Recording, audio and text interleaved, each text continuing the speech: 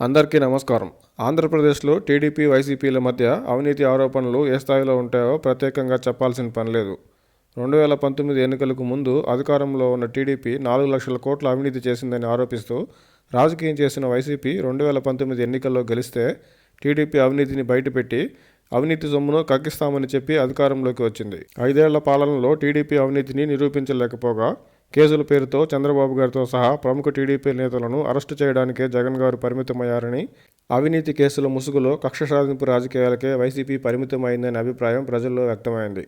గతంలో వైసీపీ టీడీపీపై చేసిన 4 లక్షల కోట్ల అవినీతి ఆరోపణల విషయంలోనే ఏమీ తేలకపోగా, ఇప్పుడు టీడీపీ గత వైసీపీ పాలనలో 5 ఏళ్లలో ఏకంగా 8 లక్షల కోట్ల అవినీతి జరిగిందని ఆరోపించిన సంగతి తెలిసిందే.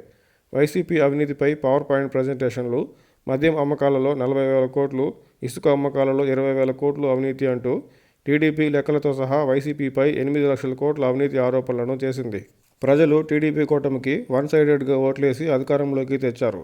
వైసీపీ నేతలపై చేసిన 8 లక్షల కోట్ల అవినీతి ఆరోపణలను ఖచ్చితంగా వెలికితీయాలి. వైసీపీ మాదిరి కేవలం అవినీతి ఆరోపణలను రాజకీయాలకు, కక్ష సాధింపులకు మాత్రమే పరిమితం చేసి సరిపెడదామంటే వైసీపీకి, టీడీపీకి తేడా ఏముంటుంది? అధికారం వచ్చింది కదా చాలనుకుని టీడీపీ కూడా చేతులు దులిపేసుకుంటుందా? అదే గనుక జరిగితే జనసేనాని వైఖరి ఎలా ఉంటుందో చూడాలి.